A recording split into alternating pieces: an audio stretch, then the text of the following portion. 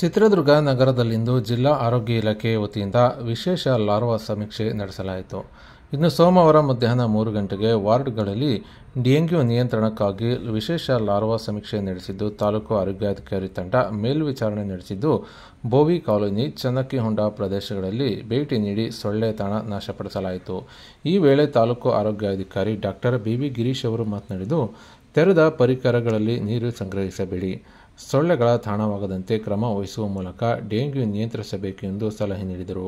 ಸಾರ್ವಜನಿಕರು ತೆರೆದ ಪರಿಕರಗಳಲ್ಲಿ ನೀರು ಸಂಗ್ರಹ ಮಾಡುವುದರಿಂದ ಸೊಳ್ಳೆಗಳ ಸಂತಾನೋತ್ಪತ್ತಿ ತಾಣವಾಗುತ್ತದೆ. ನಿಮ್ಮ ಕುಟುಂಬಕ್ಕೆ ಬಾಧೆ ಕೊಡುವುದರೊಂದಿಗೆ ಅಕ್ಕಪಕ್ಕದ ಕುಟುಂಬಗಳಿಗೆ ತೊಂದರೆ ಉಂಟಾಗುತ್ತದೆ ಎಂದು ತಿಳಿಸಿದರು.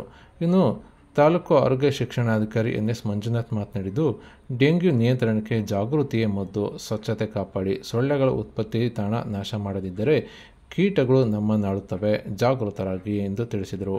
ಇನ್ನು ಈ ಸಂದರ್ಭದಲ್ಲಿ ಕ್ಷೇತ್ರ ಆರೋಗ್ಯ ಶಿಕ್ಷಣಾಧಿಕಾರಿ ಬಿ. ಮೂಗಪ್ಪ, ಹಿರಿಯ ಆರೋಗ್ಯ ನಿರೀಕ್ಷಣಾಧಿಕಾರಿ ಶಂಕರ ನಾಯ್ಕ, ಆಶಾ ಕಾರ್ಯಕರ್ತೆ ಶೋಭಾ ಮತ್ತು ನಾಗರಿಕರು ಮತ್ತು ಸಿಬ್ಬಂದಿಗಳು ಹಾಜರಿದ್ದರು.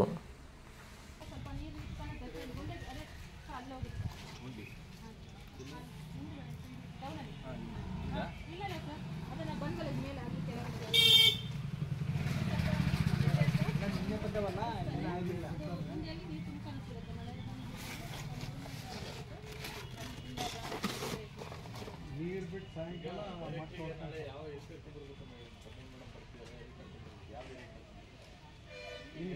ಹಾಟ್ಸ್ಪಾಟ್ ಯಾವುದು ಹಾಟ್ಸ್ಪಾಟ್